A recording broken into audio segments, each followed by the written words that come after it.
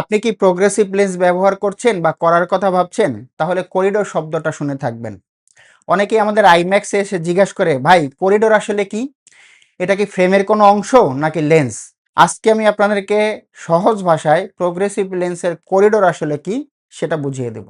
সহজ ভাষায় বলতে গেলে প্রোগ্রেসিভ লেন্সের করিডোর আসলে সেই রাস্তা বা পথ যা আপনার চোখের দৃষ্টি দূরের পাওয়ার থেকে ধীরে ধীরে কাছের দিকে চলে আসে।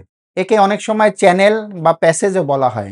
এই করিডোর যত ছোট বা বড় হবে, চোখের অ্যাডজাস্টমেন্ট বা পাওয়ার পরিবর্তনের গতিও তত কম বা বেশি হবে। এখন প্রশ্ন হলো, কার জন্য কোন করিডোরটা ভালো? এটা মূলত ৩টি বিষয়ের উপরে নির্ভর করে।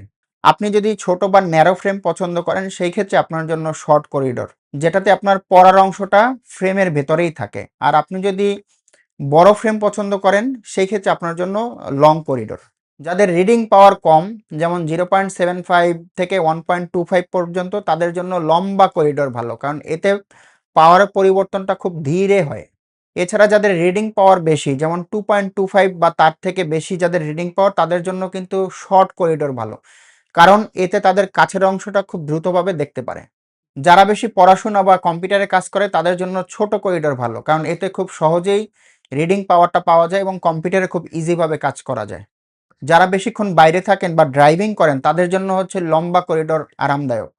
সঠিক করিডোর সিলেক্ট করলে আপনি যা পাবেন, আলাদা আলাদা চশমা বদলানোর কোনো ঝামেলা থাকবে না, হঠাৎ করে ভীষণ ঝাপসা লাগবে না, ট্রানজিশন হবে একদম ন্যাচারাল। আর যেহেতু বাইরে থেকে বোঝা যায় না, আপনার চশমা দেখতে একদম সাধারণ লেন্সের মতো স্মার্ট লাগবে। মনে রাখবেন, প্রোগ্রেসিভ লেন্সের সফলতার চাবিকাঠি হলো সঠিক ফিটিং, হাইট মাপ। ভুল করিডোর সিলেক্ট করলে আপনার মাথা ঘুরে পড়ে যাওয়া বা ভীষণ সমস্যাও হতে পারে। আইম্যাক্সে আমরা আপনার লাইফস্টাইল, বয়স এবং ফ্রেম অনুযায়ী নিখুঁত করিডোর সাজেস্ট করি। তাই প্রোগ্রেসিভ লেন্স নিয়ে কোনো প্রশ্ন থাকলে সরাসরি চলে আসুন আমাদের শোরুমে।